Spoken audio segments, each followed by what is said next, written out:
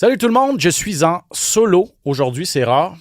Mon ami Johan qui se bat demain à Samouraï, c'était pesé pour lui aujourd'hui. Je vous raconte ça dans quelques instants. Il devait être là initialement, il m'avait dit oui, tout ça, mais là, il s'est passé un petit quelque chose du côté de Johan. J'y reviens, je dis je suis en solo. C'est pas vrai, Phil est là. La voix du loft. La voix sans corps. Sans visage, exactement. Donc, n'hésite pas, hein, Phil, à jaser là, avec moi si... je me sens seul un petit peu là, quand même. Je vais m'essayer. Là. J'ai pas bien des connaissances dans le domaine. Arrête. C'est le jour et la nuit depuis qu'on a commencé il y a 1 an et demi. Là, tes connaissances sont rendues à point. Je vais te tester une bonne fois. Je vais te préparer un petit test. Là. Non, tout ça pour dire que Johan, écoutez ça, là, puis pour ceux qui nous regardent en vidéo, on va vous montrer ça aussi. Johan me texte ce matin. En fait, hier, on se texte, il me dit oui, pas de problème, je vais le faire. Il se bat à 195 livres, donc normalement, tu as un poids hybride. Lui, c'est 185 d'habitude. 10 livres de plus. Pas une grosse coupe de poids à faire, tout ça. Mais là, ce matin, il me dit là, problème avec ma balance qu'il utilisait chez lui. 3 livres de différence avec celle officielle de la régie. Donc, il dit j'ai dû perdre un 3 livres rapidement à la toute fin. C'est pas rien, là. Non, 3 livres en quelques minutes, ou en à peine 1 heure, peut-être. Une fois rendu au casino, imaginez où avait lieu la pesée. Il est arrivé devant la commission. Mets-nous les images, Phil. C'était une chance pour ceux qui nous regardent en vidéo, mais sinon, je vous décris ça. Il est arrivé, là. Il a même pas attendu que les gars de la régie placent le drap. Il a direct enlevé ses boxers. Parce qu'il savait pas. Il savait pas s'il allait réussir à faire le poids. Direct les boxers. Finalement, 195 livres, pile poil. Un Johan ultra soulagé. Il affronte un gars qui s'appelle Jonathan Patty, qui lui a fait le poids aussi. Johan était crinqué là, après avoir réussi. Il me texte après, il dit « Sérieux, je suis arrivé sur la balance, j'étais dans l'inconnu. Là. Je savais pas si ça allait fonctionner ou pas, si j'allais être trop lourd ou pas assez lourd. » La séquence se poursuit pour Johan Lelès, qui n'a jamais raté le poids au cours de sa carrière. Et là, mérite un petit repos après toute cette mésaventure. On met la table pour son combat et pour toute la carte de Samouraï. Bienvenue au SOS Podcast, tout le monde. SOS! Attention, ça va frapper. Spectaculaire, flamboyant. Des athlètes de haut niveau. Des champions des arts martiaux. Préparez-vous, le combat commence. Dans l'octogone, Ben Baudouin.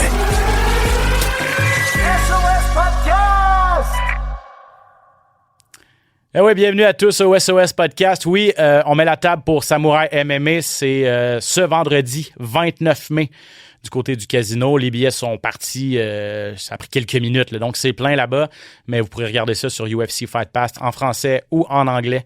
C'est disponible chez nous. En finale, Michael Dufort qui affronte Jeremy Henry en plus de Johan contre Jonathan Patty, je le disais en demi-finale. On va parler des autres combats sur la carte. Mais gros menu pour vous aujourd'hui. On va mettre la table pour l'UFC Macao. Donc en Chine, Deiveson Figueiredo qui affronte Song Yadong. Belle petite carte. Exclusivité Fight Pass, encore là une fois. Donc samedi matin pour les leftos, vous pourrez regarder ça. Les actualités comme d'habitude à la fin de l'émission. Mais tout d'abord, l'UFC Maison-Blanche approche vraiment à grands pas. C'est dans un peu plus de 2 semaines maintenant, le 14 juin prochain. Et vous le savez, le Québécois Ayman Zahabi sera sur cette carte. C'est son retour et le plus gros combat de sa carrière contre Sean O'Malley.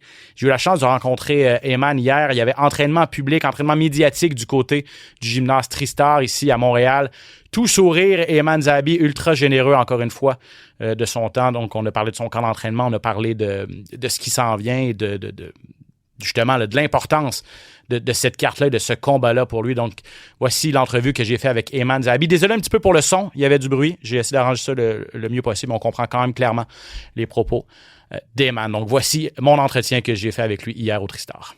Ma compagnie, Ayman Zahabi, Ayman Zahabi, pour là, ça s'en vient un peu plus de 2 semaines en fait avant la Maison-Blanche. La fébrilité commence vraiment à monter ou justement, faut que tu gardes ça focus, concentré pour avoir de grandes postes. Ouais, pas de grande émotion. Je suis très focus, sur Sean O'Malley. C'est une belle chose d'être à la Maison-Blanche et tout. À la fin de la journée, c'est juste moi plus dans la cage. Puis c'est comme mes autres combats. Il y a 5 gars dans la cage, je dois me battre. Premier PSA, tu l'as eu il y a une dizaine de jours avec lui, 2 semaines, lors de cette fameuse conférence de presse. Comment ça s'est passé? Comment tu t'es senti aussi? J'ai senti très bien, comme je suis allé face à face, plus proche que les autres combattants y ont été. Et il m'avait dit quelque chose comme, why you shake it? You know? Ah ouais. Puis je me suis comme dans ma tête, je suis comme, t'es fou, je me prépare pour 20 ans pour me battre dans une cage. Puis là, 3 mois, je me prépare pour toi, tu penses que j'ai peur de toi, tu sais, dans ma tête. C'est comme ça que j'ai pensé. Mais non, moi, j'ai hâte à ce moment-là. Tu sais, c'est moi puis le talent. Ouais. Le monde pense que j'ai aucune chance, tu sais, tout le monde qui gage et tout ça, mais ils savent pas que moi, je vois les trous dans une game. Avant de revenir à O'Malley, cette conférence de presse-là était assez épique. Il y a Joshua Kitt, il y a Correa, tout est un petit peu à côté de ça. Comment t'as vécu le moment, là? C'était comment t'as pensé? Ouais, j'ai trouvé ça drôle. Drôle. Kitt, il est spécial aussi. Ouais. Ben, OK, t'es spécial, puis je sais pas pourquoi il parlait à Pereira. Pereira, il comprenait pas l'anglais, tu sais. Donc, c'était drôle de voir Elia Topuria lui se lever pour lui, pour défendre la marque de Pereira et tout ça.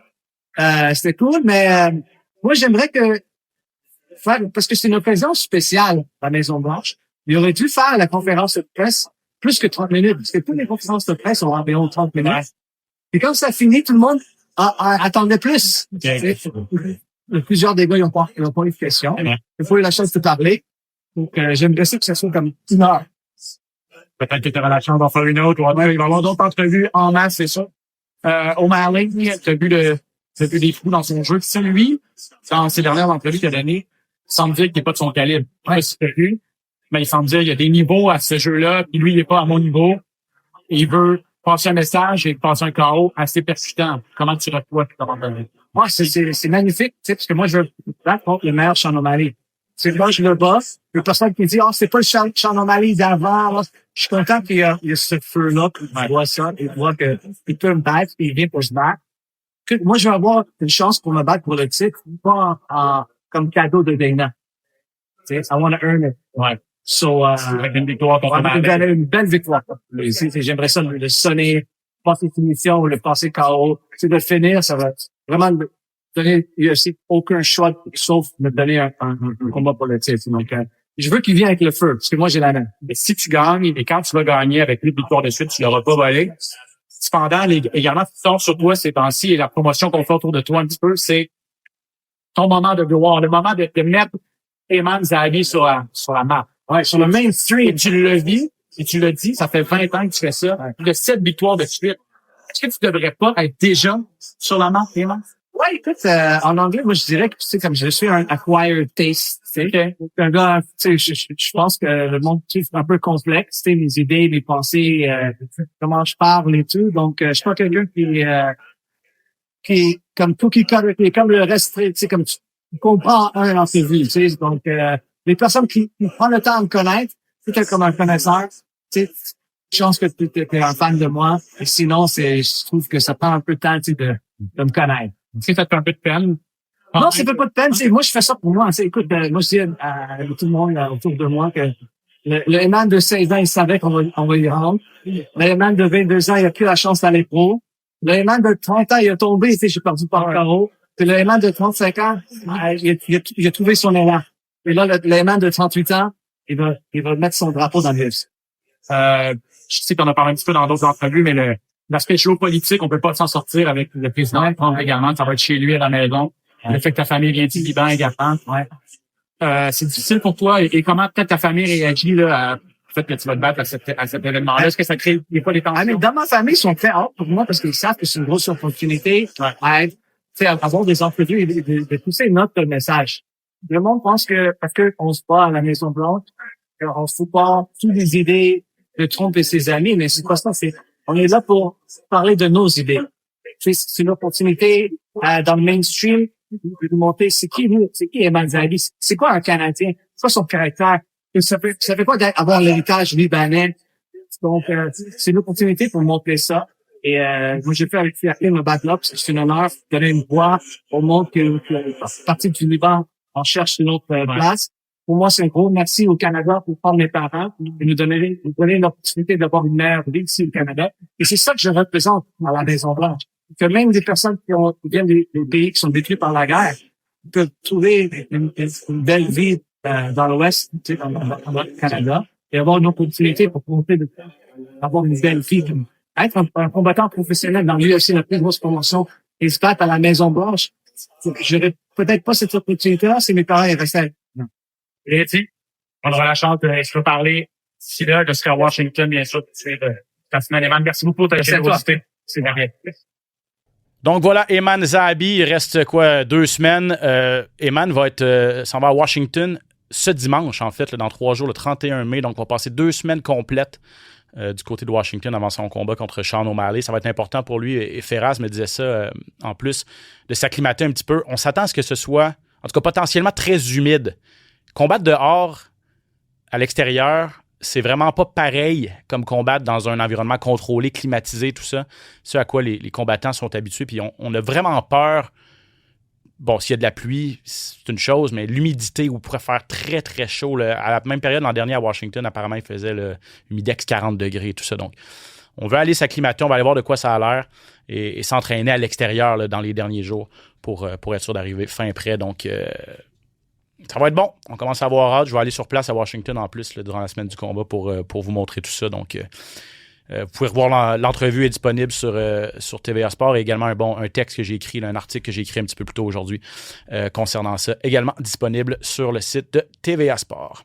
Parlons maintenant de Samouraï MMA chapitre 19. Demain, donc vendredi, au Casino de Montréal, je le disais en finale, Michael Dufort contre Jeremy Henry. Mais sur la carte également, un de ses coéquipiers, un gars qu'on accueille pour la première fois au SOS Podcast, un des beaux espoirs québécois en arts martiaux mixtes, j'ai nommé Camilo Aveillán, qui affronte Gustavo Menia ce vendredi au Casino. Camilo, comment ça va, mon ami? Merci d'être là. Ben oui, il fait plaisir. Merci beaucoup de ton invitation. Très content d'être parmi vous et de discuter avec toi. Pesé, et d'autant plus merci parce que c'est pesé et j'en parlais avec, je sais pas si t'étais là en début d'émission, là, j'ai parlé de la petite mésaventure de Yohan, on a montré des images de sa pesée. C'est jamais facile, ouais. C'est jamais facile et toi t'acceptes de venir nous jaser là, quelques heures à peine après avoir fait le poids 145 livres. Ça a été difficile ou pas? Ben, c'est que ça faisait... J'avais combattu à une catégorie supérieure. Ouais, les gars, je voulais me battre à 145, mais les gars, ils acceptaient pas. Je me suis battu à 150, à 155 même. Fait que ça faisait presque 2 ans que j'avais pas fait 145. Fait que, comme tu dis, je suis un professionnel. J'avais aucun doute que j'allais faire le poids. Je l'ai fait. Puis non, je me sens bien en santé, puis on va performer demain. Donc, une fierté supplémentaire quand même d'avoir réussi ce défi-là, hein? Oui, non, tu sais, je savais que j'allais jamais abandonner. C'est sûr que j'allais faire le poids, mais c'est quand même toujours difficile. Ben ouais. Comme tu dis, même si c'est un défi. OK, on va apprendre à te connaître un petit peu. On va parler de toi, on va parler de ton combat également. Mais avant, encore une fois, à la pesée, ce matin, je regardais ça, la pesée de Samouraï. Ça brassait un petit peu. Tu soufflais le chaud et le froid, j'ai l'impression, parce que tu es arrivé, tu lui as donné un beau cadeau, quand même. Ouais. Bon, tu connais bien, j'imagine, Olivier Aubin-Mercier, là, qui s'entraîne ou qui s'entraînait à l'époque, qui doit venir faire un tour encore au H2O. Ça m'a rappelé Olivier, il faisait ça, lui, il donnait des petits cadeaux, il t'a donné du sirop d'érable, il avait déjà fait ça à l'UFC. Donc, tu as donné une bouteille de sirop d'érable à Menia. Mais après ça s'est mis à brasser pas mal. Pour ceux qui nous regardent en vidéo, on voit les images, là, le front collé et tout ça. C'était prémédité? Ça t'arrive souvent là, comme ça de vouloir un petit peu t'imposer face à ton adversaire, Camilo?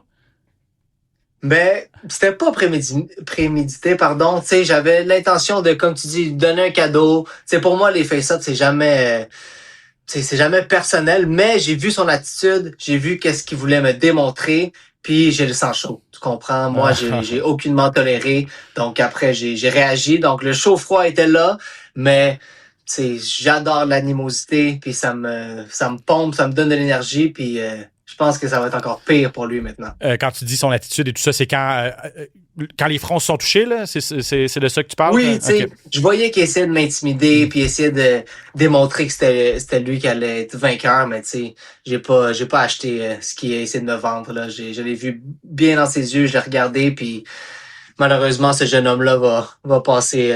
il va devoir passer un mauvais quart d'heure. Il va payer le prix exactement demain, donc, dans la cage. Est-ce que tu connais bien Jonathan Ramsey? C'est un petit monde, là, les oui, je connais bien, oui. Est-ce que tu savais qu'il allait être dans le coin de Menia? Absolument pas. Okay. Ça a été une surprise pour moi, j'avais aucune idée.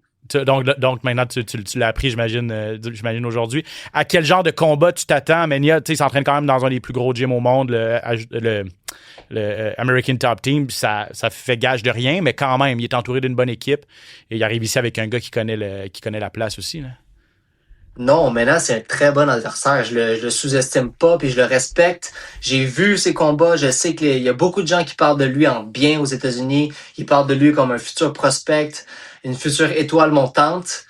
Mais c'est moi qui va venir tout arracher ça quand je vais le vaincre demain.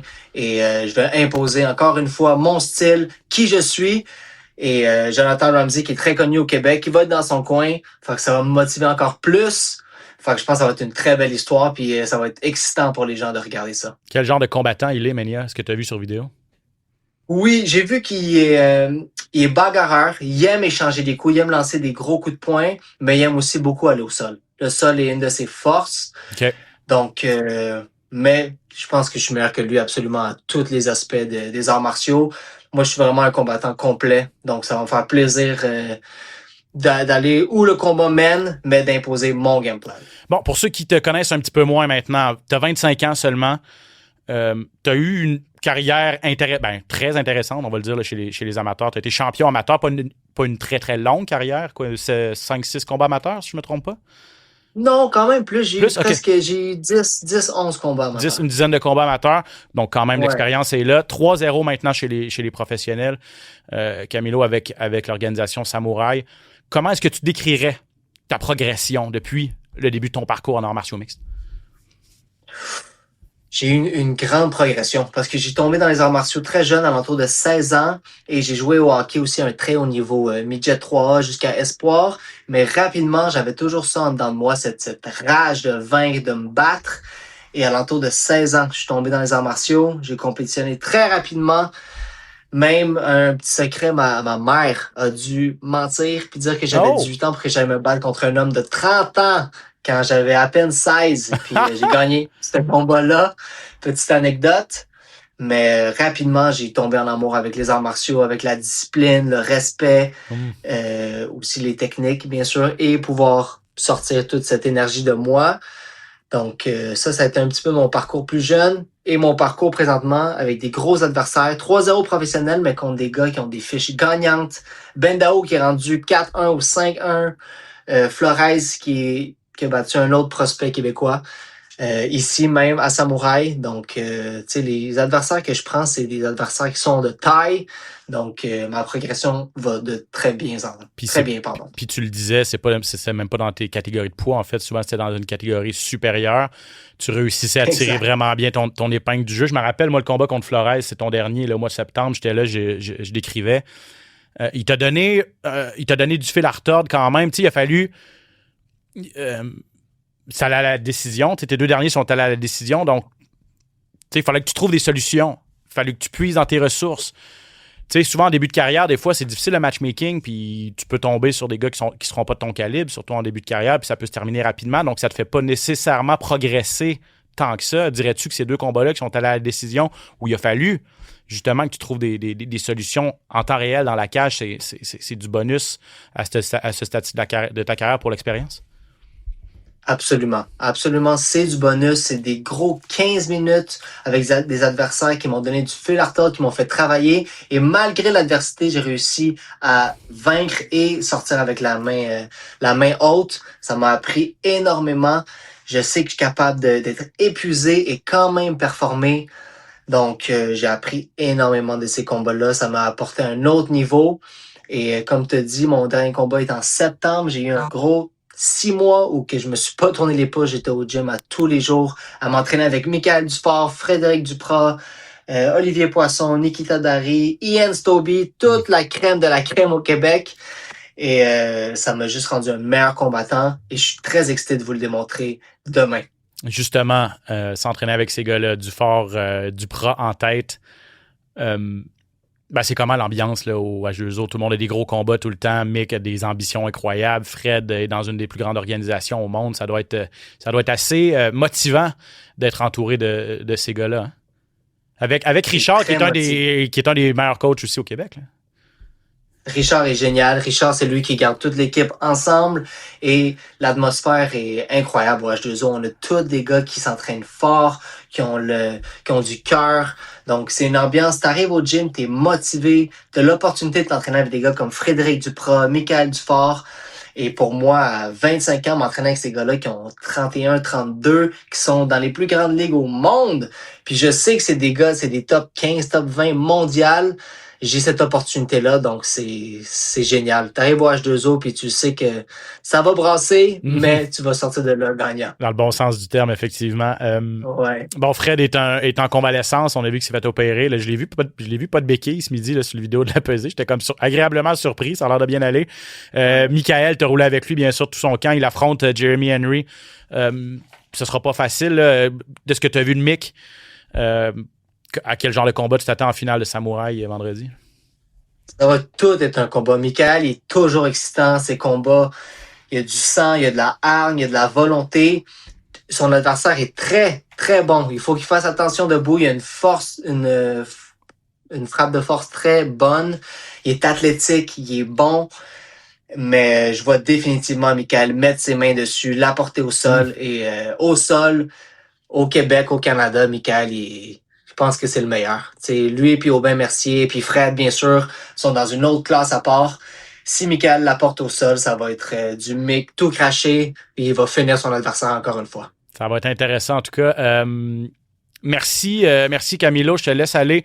Tu as des forces à reprendre d'ici demain en vue de ton combat contre Gustavo Mania. Je le rappelle, c'est à Samouraï MMA chapitre 19 présenté en direct du Casino. Encore une fois, la crème des MMA québécois, du MMA québécois qui est en action avec l'organisation Samouraï. Camilo, tu en es un fier représentant. Hâte de te reparler. On va te réinviter bien sûr bientôt au SOS Podcast. Merci encore une fois d'être passé aujourd'hui. J'apprécie. Merci énormément pour ton temps. À bientôt. Ciao. À très bientôt. Alors voilà, Camilo Aveillano, sur la carte demain, un des combats que j'ai encerclé sur la carte. Faisons le tour rapidement là, de cette carte Samouraï MMA. Bon, la finale, on en parlait justement avec Camilo. Michael Dufort contre Jeremy Henry. Championnat des poids légers. Mick Dufort met en jeu sa ceinture des poids légers. Il était venu nous en parler il y a quelques semaines ici à l'émission. Bon, Dufort, vous le connaissez. Là. 3 victoires de suite. Les 3 avant la limite, bien sûr. C'est 15 victoires avant la limite en 16 victoires au total.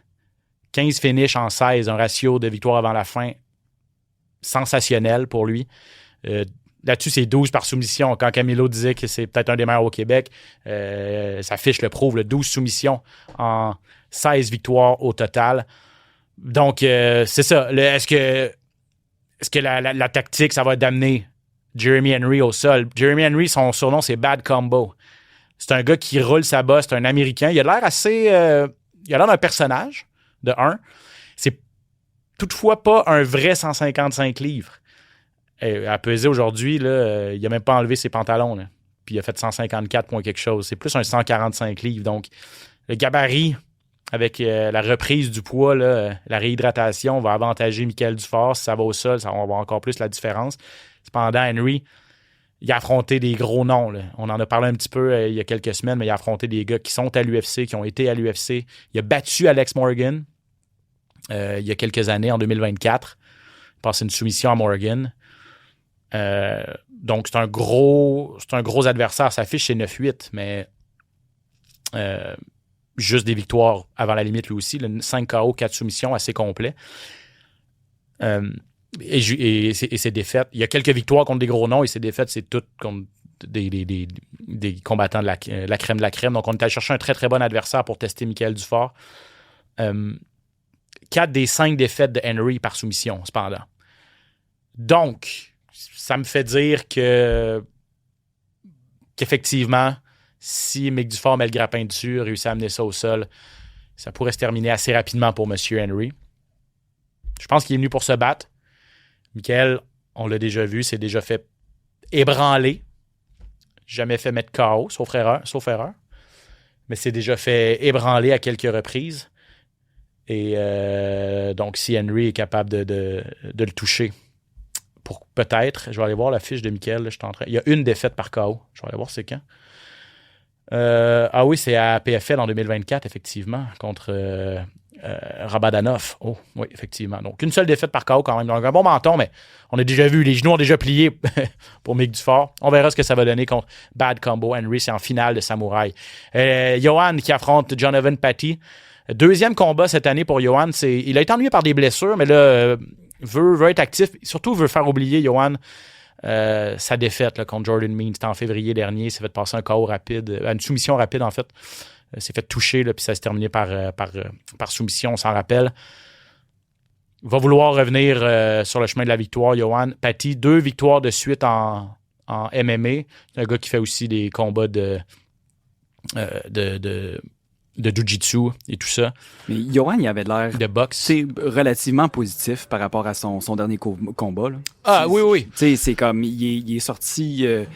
défait, mais en même temps, il disait qu'il avait bien appris, il avait pas l'air vraiment triste ou défaitiste ou pessimiste par rapport à ce combat-là. Ça avait l'air, oui, je pense qu'il avait été battu quand même assez rapidement, mais il disait que il va s'en sortir plus fort, puis que ça va bien aller. Exact. 100%, t'as raison, parce que... Puis dans le fond, ce que les gens doivent savoir, Phil, c'est que Jordan Mein a déjà été à l'UFC. C'est un gars qui roule sa bosse depuis tellement longtemps. Puis dans les cercles des arts martiaux mixtes canadiens, tout le monde est d'avis que c'est le meilleur combattant qui n'est pas à l'UFC au Canada, dans sa catégorie de poids du moins. C'est l'équivalent d'un Michael Dufort à 155 livres. Lui, il est à 185. C'est un gars, les gens ne comprennent pas avec son talent, sa fiche. Il a affronté des gars qui ont été champions à l'UFC. Là. Puis il a tenu son bout. Là, les gens c'était un gros challenge. C'était un énorme défi. Et Johan le savait en partant. Il a peut-être été un petit peu intimidé, mais tu as raison. Là, pour la suite, je veux dire, il a fait des erreurs. Il a payé le prix direct. Ça servait à rien de... Il avait mis... Il s'était bien préparé, tout ça. Le stress, il était allé à l'extérieur. Ça sert à rien de se morfondre là-dessus un petit peu. Puis je pense que c'est une des raisons pourquoi il accepte un combat tout de suite aussi, à peine 3 mois plus tard, 2 mois à peu près. Il n'a pas été blessé. Ça a été vite. Puis il vaut mieux passer à autre chose. Là, puis là, je pense que c'est un adversaire qui est vraiment à sa portée. Là, on l'a vu juste au niveau physique sur les images. Là, ça veut parfois rien dire, mais Johan est très bien entraîné. Comme ils disent les Anglais, don't judge a book by its cover. Là. Exact, mais le fait que le gars il a demandé à faire 195 au lieu de 185, puis là, tu le vois qu'il est arrivé overweight, même à 195. Je pense que la rapidité, l'explosivité va être du côté de Johan. On verra. Il était entraîné par une bonne équipe quand même au Nouveau-Mexique. Mike Winkeljohn est un de ses coachs. C'est un des meilleurs gyms au monde. Il y a une fiche de 17. Beaucoup de KO également. Donc, une bonne force de frappe. Johan va devoir faire attention. Donc, je ne sais pas c'est quoi la stratégie de Johan, mais je pense juste que certain qu'il y en a une. C'est sûr qu'il y en a une. D'après moi, c'est d'être plus explosif, en fait, là, de commencer très, très fort, de s'imposer rapidement, parce que je suis pas sûr que notre ami Patty va pouvoir suivre le rythme d'un gars qui semble être en meilleure forme physique là, à 24 heures du combat. Antoine Chaput, Fernando Donoso, on va y aller rapidement. Là, Chaput, on l'a reçu au podcast aussi il y a quelques semaines. Il a changé d'adversaire. Il devait affronter un gars qui s'appelle Gérald Morales. Puis là, Morales s'est désisté. C'est le coach de Morales, Donoso, qui embarque. C'est un gars qui est 1-0. Donc, ça doit être un coach / homme de coin là, qui commence sa carrière chez les professionnels. Il est 1-0 alors que Chaput est 6-2. Avec 4 victoires de suite, dont 3 avant la limite. Je pense que ça va aller un petit peu vite pour M. Donoso qui a accepté ça à la dernière minute. Il connaissait Chaput. Il préparait son poulain pour l'affronter. Donc, au niveau du plan de match, ça ne change rien. Les vidéos, il les avait étudiées, tout ça, mais une fois rendu dans l'octogone, j'ai l'impression que ça va peut-être aller vite pour Donoso. Un combat que j'ai hâte de voir, Mitch Stradzella contre Isaac Herbert. Petit astérisque, par exemple, Stradzella a raté le poids ce matin, 139 livres au lieu de 135. Mais Stradzella, pour ceux qui suivent Samouraï, c'est un dur de dur. C'est un tough. Puis il s'est fait voler, on va se le dire, il s'est fait voler à son dernier combat. Il aurait dû gagner par KO. Il avait perdu les 2 premiers rounds, mais vendait chèrement sa peau. Puis il a complètement dominé le 3e round contre Olivier Poisson. L'arbitre aurait dû mettre fin au combat. Poisson, à mon avis, était mis hors de combat. Mais l'arbitre a laissé aller. C'est allé à la décision et ça a été une défaite vraiment crève-cœur pour Stradzella.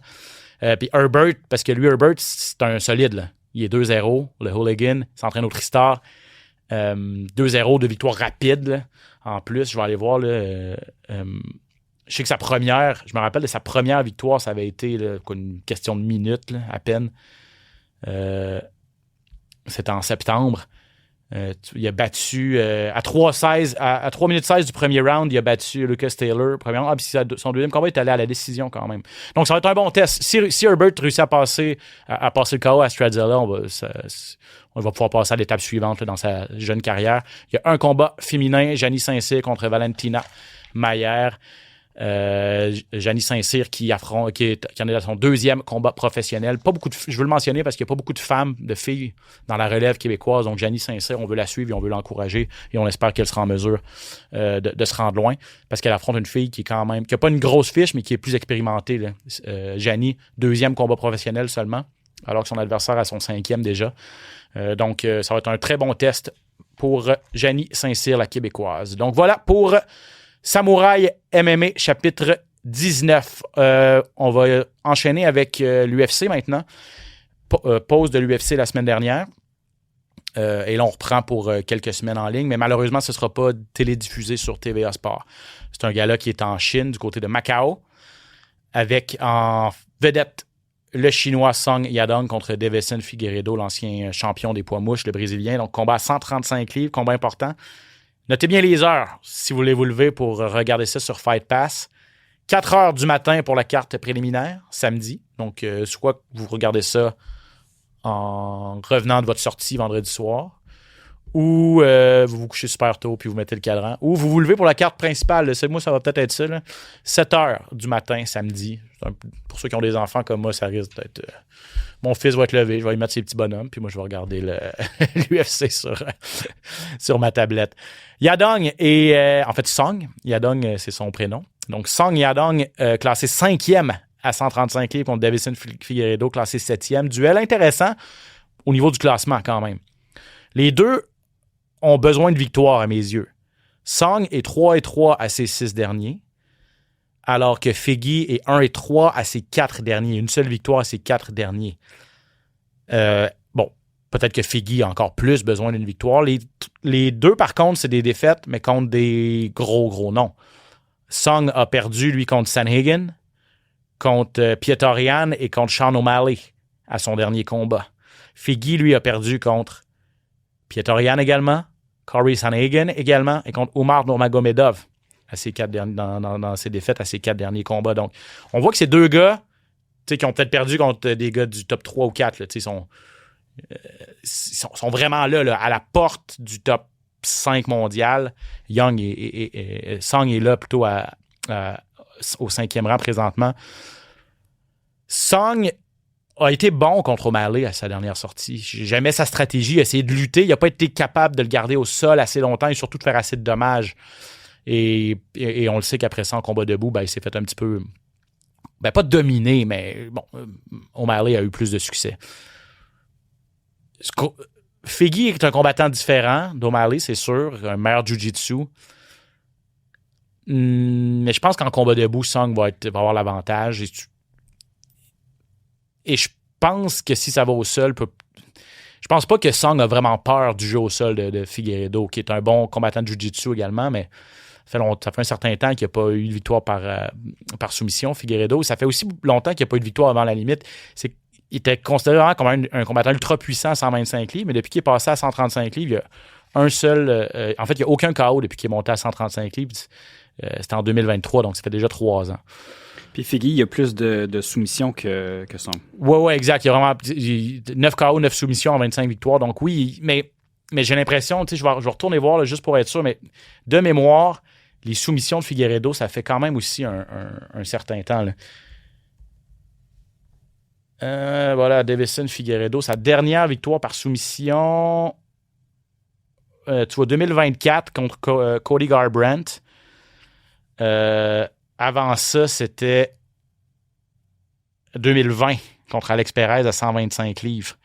Et puis contre Cody Garbrandt, si je ne me trompe pas, c'était aussi à 120. Non, c'était à 135.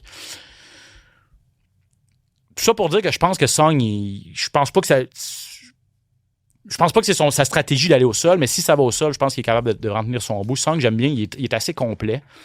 Il est assez fort physiquement également. Donc, je vois une victoire de Song Yadong. Surtout, tu sais, 28 ans pour le Chinois, 38 ans pour Figueiredo. Je pense que Figui est ralenti quand même, là, puis avec des dures défaites à ses dernières sorties, je pense que 38 ans, ça commence un petit peu à le rattraper. Mais c'est important, puis ça va être bon à suivre parce que, tu vois, Song est classé 5e, Eman Zahabi est classé 6e et Figueiredo est classé 7e. Donc, tu sais, pour cette catégorie-là, on a beaucoup d'intérêt à cause d'Eman, à cause de Charles Jourdain, qui va être aussi qui est sur le bord des classements, tout ça. Donc, ça, pour nos Québécois aussi, ça peut avoir un impact potentiellement sur les classements et sur des adversaires potentiels advenant les prochains résultats. Là. Puis en termes d'énergie, tu sais, l'âge, ça dit beaucoup. Là.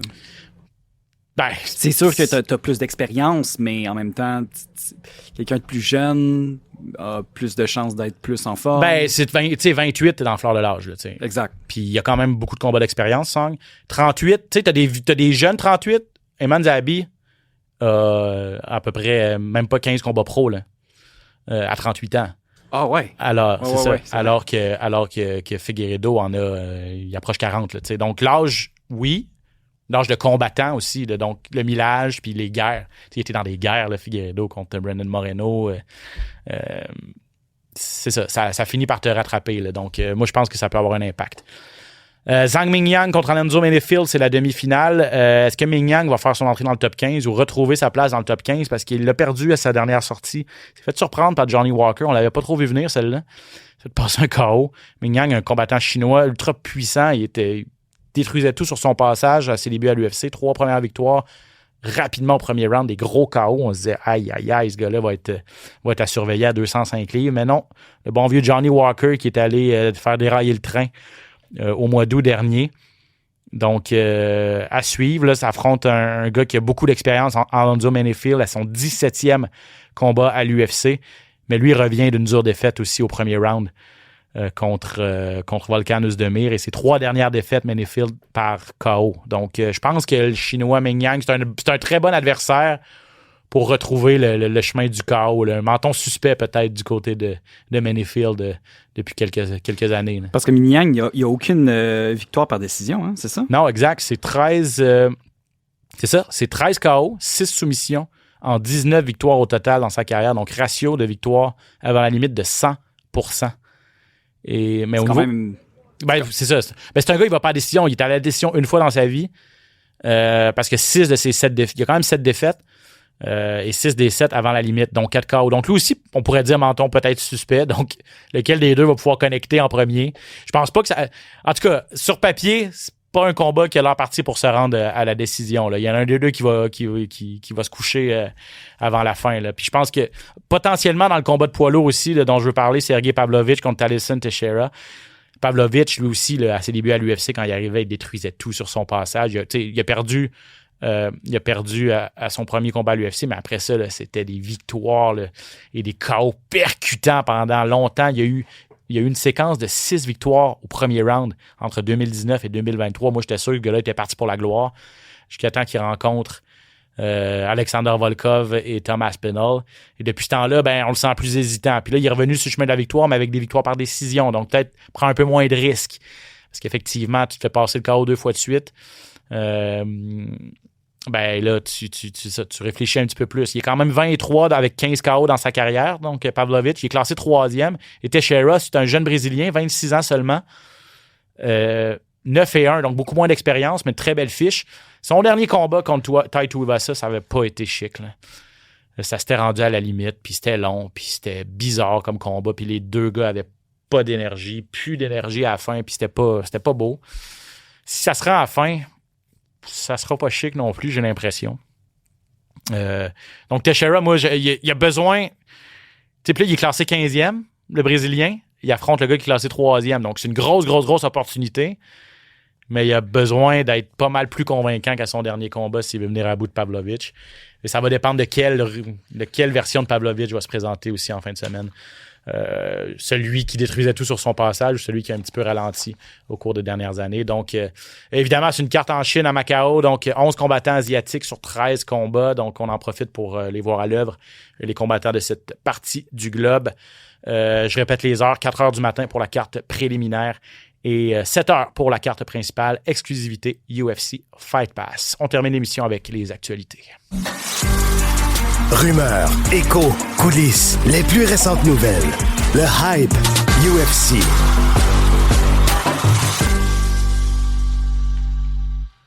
Alors oui, les actualités, écoutez, la plus grosse nouvelle, je pense, qui dépasse à ce stade-ci le monde des arts martiaux mixtes, et on dirait que le monde politique vient de se rendre compte qu'il allait se passer quelque chose à la Maison-Blanche. Tu sais, nous autres ici au SOS Podcast, on en parle depuis à peu près 1 an, là, de cette histoire-là, l'UFC Maison-Blanche. Vous avez entendu Eman en début d'émission. Mais là, la construction de l'Octogone, Phil, a officiellement commencé devant la Maison-Blanche. Et là, les gens à Washington, et là, c'est des images de la Associated Press. On a vu tous les réseaux américains faire comme « OK, mais qu'est-ce qui se passe? » Là, on a fouillé un petit peu. On se rend compte qu'il y a un événement. Bon, c'est dans le cadre du 250e des États-Unis, de la déclaration d'indépendance, la journée du 80e anniversaire de Donald Trump. Les curieux affluent. Et puis là, les commentaires également. Et là, le grand public commence à se dire, ça n'a pas de maudit bon sens de faire ça. C'est hideux. On est en train de transformer la Maison-Blanche, qui est un symbole de la démocratie, en un véritable cirque. C'est l'équivalent de l'Empire romain, le Colisée devant le palais pour que l'empereur puisse aller voir sa compétition. Ils n'ont pas 100% tort. C'est vrai que c'est un peu un cirque. C'est vrai que c'est à la demande de Donald Trump. C'est vrai que ça va être un gros show de boucan, entre guillemets. Ça va être un gros show, tout court. Il va y avoir du monde. Mais ça demeure un petit peu politique et ça demeure un petit peu de marketing également et tout ça. Mais bon, il faut se rappeler que c'est quand même un événement unique. Première fois qu'il y a un événement sportif à la Maison-Blanche. Est-ce que ça a sa place ou pas? Je sais pas, ce que tu en penses, toi, Phil? À la Maison-Blanche, je trouve ça... Ça aurait pu être à Washington, à quelque part d'autre, mais utiliser la Maison-Blanche comme marqueur ou comme... Comment on pourrait dire? Comme monument de la tête d'affiche. Ouais. Ça fait un petit peu, comme tu dis, cirque, là. Ça fait monument, ça fait très niveau marketing, politique. C'est particulier. Mais tu sais, de l'autre côté de la médaille, tu l'as comparé au Colisée du temps des Romains. Là. Ouais. Ben, c'était une grosse affaire, le Colisée. Là. C'était comme, ils en ont fait une énorme, tu sais, ça fait partie de leur culture. Là. Ben, c'est ça. Oui, exact. C'est devenu effectivement un monument, du pain et des jeux. Mais tu sais, c'est un peu un symbole de contrôle de la population. De la population, aussi, ouais. Pour rallier tout le monde. Et pour leur faire oublier la guerre, et pour leur faire oublier C'est la ça. famine, et pour leur faire oublier tout ce qui se passait, ben, on leur donnait des événements comme ça où ils pouvaient se divertir. C'était comme sur leur version de la télé. Là. C'est ça. Fait que là, mais là, tu sais, on a toutes ces versions-là de ce qu'on pourrait appeler comme entertainment, mais là, de l'apporter vers la politique, ça fait un peu bizarre. Puis dans un contexte où les Américains sont en guerre en plus, ou que le prix dans l'inflation... Peut-être c'est justement ça. C'est ça. Ils essayent de faire la population oublier que tout ça, c'est... Ben, c'est ça. Ben là, les commentaires que j'ai vus, tu sais, de ceux qui suivent moins ça puis qui commencent à se rendre compte que ça existe, là, sont comme, OK, mais là, ça n'a plus de bon sens. Là. Ce gars-là, il a perdu la boule. Ce gars, Donald Trump a perdu la boule. Là, tu regardes des images de la Maison-Blanche, on l'a pas vraiment bien vu, là, mais tu sais, d'un côté... Une image aérienne de la Maison-Blanche. D'un côté, tu as une espèce de chantier d'une immense salle de bal là, qui a commencé, qui va être 2 fois plus gros que la Maison-Blanche. Donc, c'est hideux. C'est en pleine construction. C'est un chantier à côté de la Maison-Blanche. Le Rose Garden de l'autre côté qui est un petit peu en réfection ou qui est un petit peu... Tu sais, là aussi, il se passe quelque chose. Puis là, en avant, tu mets une grosse structure d'acier. Puis tout ça, les gens sont comme on est en train de défigurer complètement. Le Trump est en train de défigurer complètement la Maison-Blanche. Rassurez-vous, c'est temporaire. Là, on va l'enlever, là, l'Octogone. Là, je veux dire, c'est pour... Ça va être là 3 semaines. Là, partout, ça a commencé cette semaine. Puis le 15 juin, on commence la démolition. Là, bref.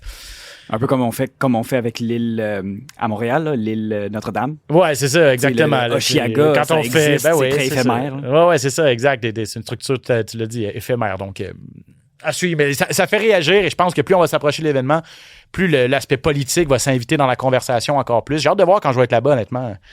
Ça va être quoi la vibe? Ça va être quoi la crowd aussi, tu sais? Il y a des projections, peut-être 100 000 personnes qui vont regarder ça dans le parc en avant de la Maison-Blanche, à l'Ellipse. Là. Ça va-tu être rallye politique ou ça va être un événement sportif? Moi, ça, je me demande combien de casquettes rouges MAGA je vais voir, tu sais. Versus des gens qui sont là. Ben, c'est sûr, versus des gens qui sont là pour les combats, mais est-ce qu'il y en a qui vont être là juste pour Donald Trump? Tu sais, ça m'intrigue, j'ai hâte de voir. Aucun combattant MMA sur la liste des 50 athlètes les mieux payés de Forbes. Est-ce qu'on est surpris? Pas vraiment. Il y en a 2 seulement en sport de combat. Canelo Alvarez en boxe, qui est 2e globalement sur la liste derrière Cristiano Ronaldo au soccer. Canelo a fait 170 millions cette année, ou selon Forbes, a fait 170 millions. Et Jake Paul, 23e avec 70 millions. Mais il n'y a pas d'autres combattants. Puis là, les payes des combattants, tout ça, ça revient un petit peu sur la liste. Mais McGregor qui va revenir cet été, a été le seul de mémoire, ou en tout cas un des seuls à avoir été sur cette liste-là par le passé. En 2017, après son fameux combat contre Floyd Mayweather, où il avait fait une tonne d'argent. Et aussi en 2021, mais c'est parce qu'il avait vendu sa compagnie de whisky, Proper 12, pour 150 millions, donc il s'est retrouvé sur la liste. C'est pas pour ses exploits sportifs à ce moment-là, c'était pour avoir vendu une de ses business. Donc voilà pour ça. Bon, au niveau des autres, pas vraiment d'autres nouvelles en fait. Juste un mot sur Rico Verhoeven, l'ancien champion de kickboxing, qui s'est un peu fait... En tout cas, je voulais juger s'il s'est fait voler contre Alexander Usyk. Potentiellement, à mes yeux, je pense que l'arbitre a arrêté le combat trop rapidement. Est-ce qu'il aurait gagné quand même? C'était très, très, très serré. Il y avait 2 juges qui avaient le combat égal. En tout cas, chapeau à Verhoeven qui a donné tout un combat à Usyk, qui est un des meilleurs livre pour livre, le meilleur poids lourd depuis, peut-être pas de l'histoire, là, mais champion unifié des poids lourds. Là. Usyk, on pensait qu'il allait passer au travers. Mais non, Verhoeven, combattant de kickboxing, qui a offert tout un combat, qui a donné très, très chaud à Usyk. Même Usyk a dit qu'il n'était pas sûr d'avoir gagné ce combat-là. Donc, est-ce qu'il l'a pris à la légère? Est-ce qu'il a été surpris par le talent du Néerlandais? Bref, je voulais lui lever mon chapeau quand même parce que on s'attendait pas à ça. Il a fait honneur aux combattants de sport de combat qui s'en vont dans le ring de boxe là, dans une autre discipline. Voilà, ça fait le tour. Phil, merci d'avoir participé. Très gentil, toujours agréable. Merci à vous à la maison. Merci à Cube Radio. Merci à TVA Sport. Bonne chance à Johan. Demain, bonne chance à Camilo également qui était avec nous en entrevue aujourd'hui. Samouraï MMA, vendredi au Casino. Je m'appelle Ben Baudouin et je vous dis à la semaine prochaine pour un autre épisode du SOS Podcast. SOS Podcast!